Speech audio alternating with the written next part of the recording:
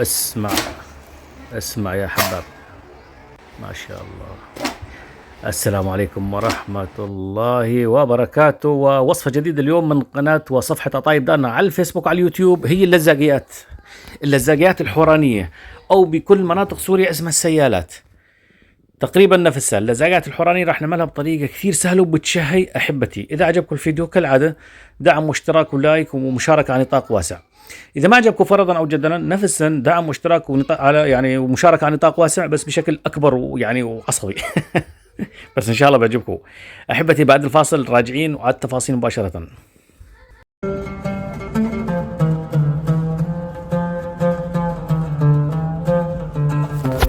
على الشوق نلتقي. السلام عليكم ورحمة الله وبركاته من جديد. مشان نعمل لزاقات بدنا طحين 6 كاسات، 6 كاسات طحين، ملح ملعقة واحدة كبيرة.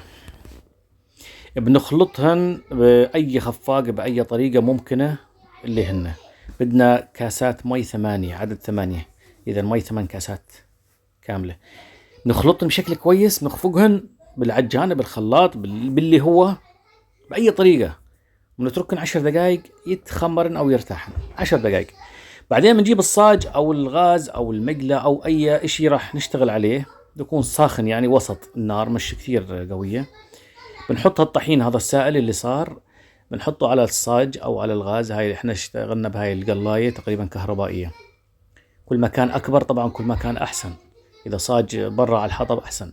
اللهم صل على سيدنا محمد. هاي أول رغيف بنحطهم بهالطريقة. بنوزع الطحين أو السائل على الداير، إذا يعني حابين يكون لونها دائري يعني مدورة مثل الرغيف العادي، فبنوسع السكب وبس نخلصهن كلهن. راح نعملها بطريقة سهلة يعني ما بدهاش كلها تعقيدات. بنصفط الرغف اللي عملناهن وبندهن بين الرغيف والرغيف سمنة.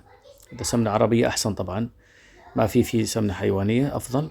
ومنرش سكر، يعني سمنة وسكر بين كل طبقة وطبقة. هاي طريقتنا إحنا يعني، هاي أحد الطرق. في على فكرة في كثير طرق وكلهم صح، سكر وسمنة وجوز. هاي جوز، هاي طريقة يعني وسطية متعارف عليها، خاصة بدرعا يعني محافظة درعا حوران. هاي الطريقة بس بتنعمل مناطق ثانية بسوريا ممكن شوي بالتعديلات، اسمها سيالات. طبعا بالقلمون أطراف الشام، حمص، حماة، إدلب، حلب، كثير مناطق بسوريا بيعملوها وبسموها عفوا السيالات. احنا بحوران بنسميها اللزاقيات. ليش لفيناهن؟ طريقة جديدة فقط، ما في أي يعني معنى أو وراء، يعني ما لنا أي هدف من وراها، ولكن طريقة تقديم جديدة كون عملناها لا يقل عن 77 ألف مرة وصورناها. فاليوم حبينا يعني نغير شوي بطريقة التقديم فقط، الجوهر نفسه. هنا بسويدة جبل عرب بسويدة بيعملوها بطريقة كثير مميزة.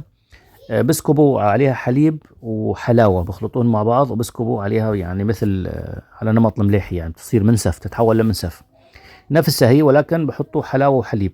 طريقة كثير كويسة لسويدة، إن شاء الله بنعملها بالمستقبل بإذن الله. لزاقات السويدة كثير مميزة.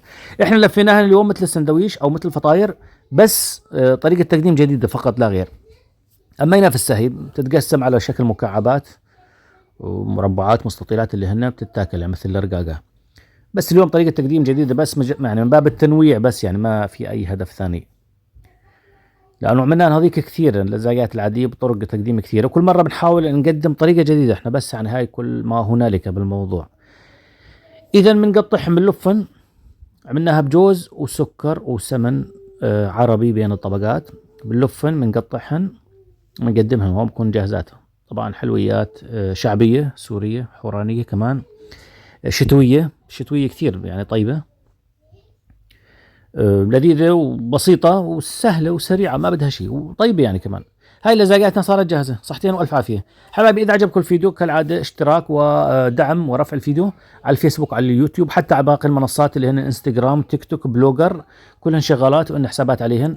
اللي ما اشترك بالقناة يشترك أحبتي، الله يسعدكم. وصفحة الفيسبوك كمان يعني حط لنا لايك ومتابعة مشان دائما تشوفوا شيء جديد. دائما ماكو قناة أطايب دارنا وصفات جديدة ومتنوعة، وإن شاء الله راح تعجبكم بإذن الله تعالى بوتيرة يعني متساوية يعني مترتبة حسب الظروف. دائما نتمنى لكم الخير والسعادة وتضلوا بألف ألف خير. والسلام عليكم ورحمة الله وبركاته. إلى وصفات يعني وطبخات قادمة.